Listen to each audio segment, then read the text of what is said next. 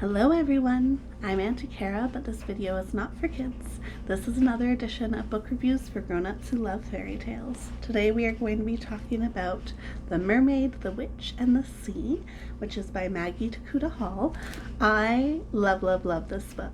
It's technically a young adult novel, but I'd say it's good for all ages if you have a little magical boat in your body.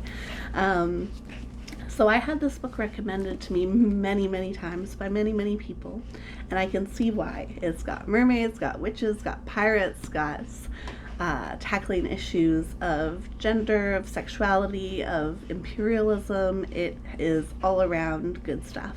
And the ending is just so amazing. You know, when you end a book and you're like, everything's kind of working out the way you wanted it to, you're like, ah! Like, I'm glad I was alone when I was finishing it, because I was totally giggling and shrieking and squealing out loud. So that's how you know it's a good one. To give you a bit of a rundown, this book centers around two characters that eventually have a romantic relationship.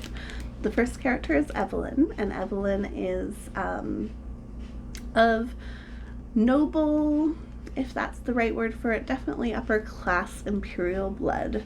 Her family is very wealthy, very much in favor of the emperor and all of the vast things that are going on there. Lots of servants, lots of talk about what a lady should be, and Evelyn is not that. She plays the game a little bit to get her mom off her back, but she likes to get dirty, she likes asking questions, she likes making friends with her servants, and she is either bisexual, pansexual, or homosexual. They don't really go into the full details other than a line about the way she feels about her partner, which could suggest maybe pansexuality, but who knows.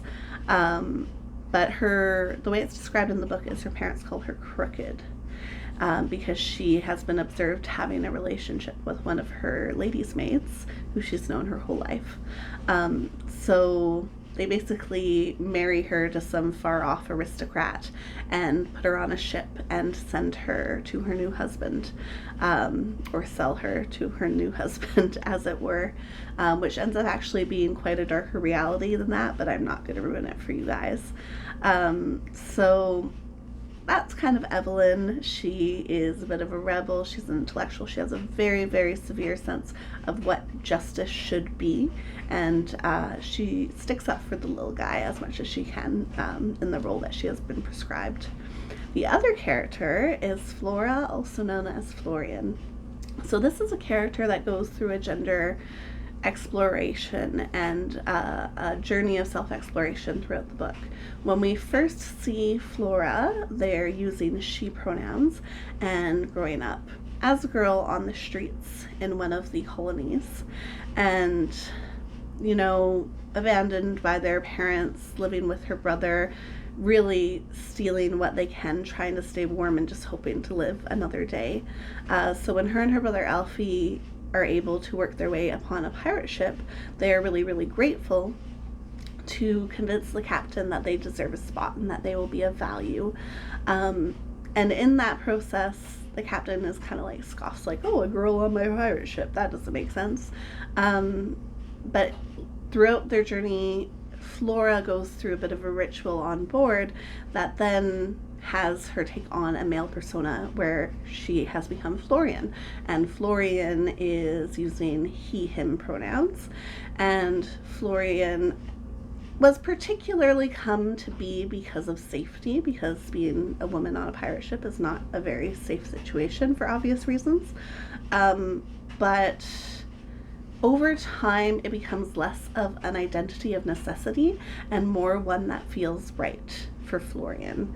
And then later on in the story, they come to a place where they acknowledge that, you know, she and he, Flora and Florian, are both a part of themselves, and neither really feels more right than the other. So then there's more of a they persona there. And Evelyn is very accepting and very much of the opinion that, like, I fell in love with you and your soul, and your gender does not matter to me at all.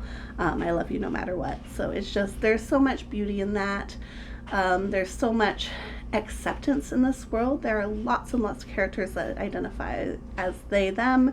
There's lots of different gender identities. There's lots of different colors. There's lots of different ways to be. And it was such a lovely exploration to, like, see the descriptions of these towns and these places and these people. It's a really cool little world, and I'm glad I got to spend some time there. The other thing I will point out is, well, Mermaid is in the title. Mermaids are not, it's not like there's one character mermaid that you hear about all the time and you learn. The mermaid is more of a mystical animal creature, but more than animal, like an ethereal spirit of the water. And there is one particular mermaid that we see and is more involved in the storyline, but mermaids as a whole are like the guardians of the sea, the personification of the sea herself. And they drive the story forward in a way that I did not expect. They are very unusual, but still very beautiful. And it was a really interesting way to think about mermaids and one I haven't done before. So I'm going to read to you guys 2 sections. First, I'll read one about the sea, which gives you kind of a bit of a perspective on the world of this story. And then the next one I'm going to read to you is a romantic encounter between Florian and Evelyn, and that's just beautiful, romantic, and I want you guys to hear it. All right, so the first one, the sea. The mermaid is home. The sea knows at once from the warmth that gathers like a pinprick in her mist. She knows the mermaid as she knows herself, and she is home. Her daughter is home. With her, the mermaid brings the memories she was entrusted to hold, of an island long since drowned, of mountains moved, and of a continent shifted. Relief spreads through the sea, spreads over her surface, and she is anchored in her happiness. Men and women stand upon her shore and remark, "Have you ever seen the sea so still?" And they have not, for never has a mermaid been taken and then returned. If ever a mermaid is brought home, it is only her shell, empty and lifeless.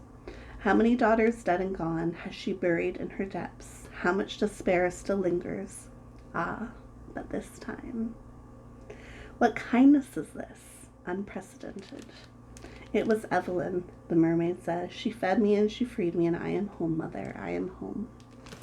And the other, the sea asks, freed us both. Then they shall both be saved. With care the sea lifts them both, cradles them to her breasts as she carries them, so that they may feel the beating of her many hearts. It's just so beautiful. I'm gonna get teary-eyed.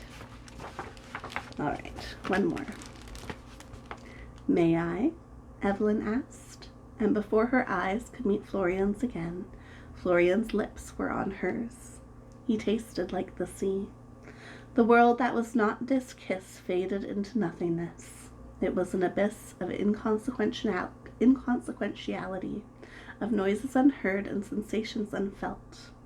She was unclear if it was one kiss or many as their lips moved softly in concert. She thought of the way the sea stirred against the shore in constant gentle motion. She thought of nothing. His lips were soft, and they were perfect in the way that they shaped around hers. She felt his heart beating within them. His fingers found her hair, carefully wrapping themselves in it. The book fell to the floor between them, but neither said anything, neither stopped.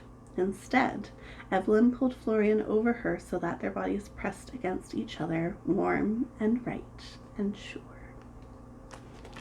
All right, and that's where I will leave you. I hope I have convinced you to go out to your local library or bookstore and to find this book, because it is a wonderful read if you are like me and love magic and fairy tales and all things fantastical. Do yourself a favor and invest in this book. It will be quite the ride, I promise. As always, if you love this video, don't forget to like and subscribe and leave me a comment if you've read it. If you plan to read it, I would love to hear what you thought. I hope you guys enjoyed this video. I will see you next time. Ta-ta for now.